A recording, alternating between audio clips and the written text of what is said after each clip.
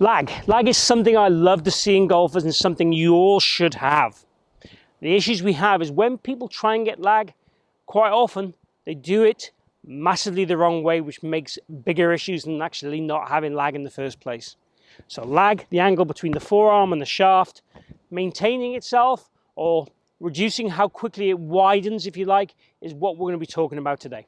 So you all see the best golfers in the world, you know, the Garcias and stuff, having this kind of what we call laggy position on the way down, where the shaft is quite close to the trail bicep and the hand angle is kind of cocked up, and when you deliver with that pressure and power into the golf ball. You all see that with the elite golfers, and they all produce elements of what we would class as lag. Now, lag is when something trails behind something else. That's the definition of lag. So we're looking basically for the club face to lag behind the shaft to lag behind the hands is what we're looking for. But what we refer to in lag in golf terms really is this L angle here. That L angle here is when we swing down, we're looking for that to be in decent shape. Now let's just talk hypothetical numbers. Say if that's a lag angle I have at the top, that lag angle on the way down isn't actually going to reduce, which some golfers feel it does. If anything, it probably is going to slightly widen. What we see with a lot of poor golfers is obviously the hands accelerate very early and we widen this, so it actually decreases quite a lot. That's definitely not what we want to do. It is definitely going to widen, and we're definitely not going to narrow it. The key is when people try and get lag, they do two things poorly. One of the things they do is try and bring their arms into the body, thinking that's how they get lag. Now, if you look at my arms there, they've spread. I've got no width at all. And from there, the only option I have then is to really throw the hands and flick at the golf ball. That's bad option number one. Bad option number two from the top is what they do is as they try and get lag, they cup this lead wrist. And then that club face opens massively. And again, from here then, how we manage to hit straight shots is either swipe way across the ball or throw our hands at it and cast like crazy. So those are definitely not the ways we want to create lag. What we want to do instead is, from the top of the swing, is feel like our arms go down and our wrist angles stay pretty passive.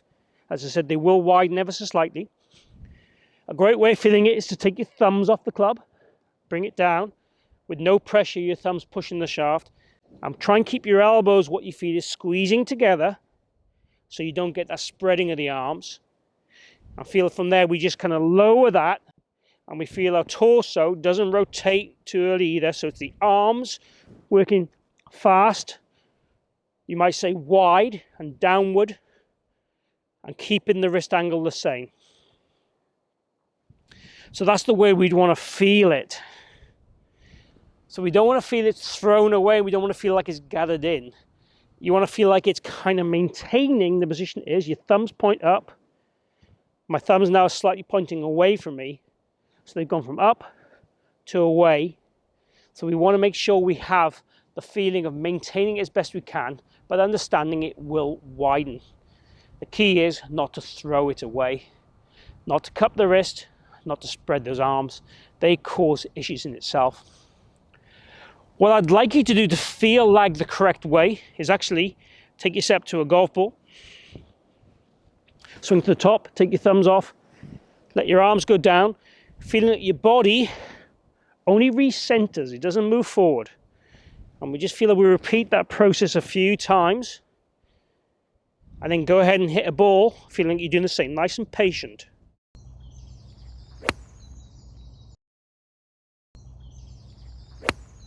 And that's how we should try and feel that we maintain our angles and our torso to arm relationships as we swing down.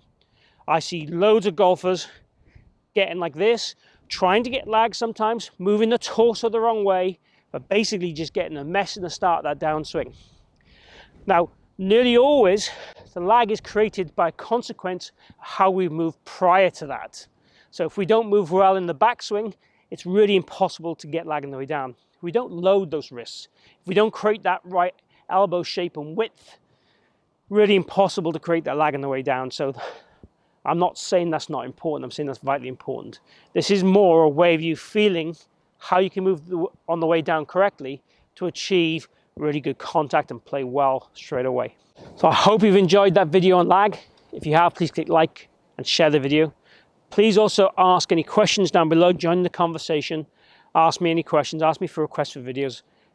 Be happy to help you as much as I can.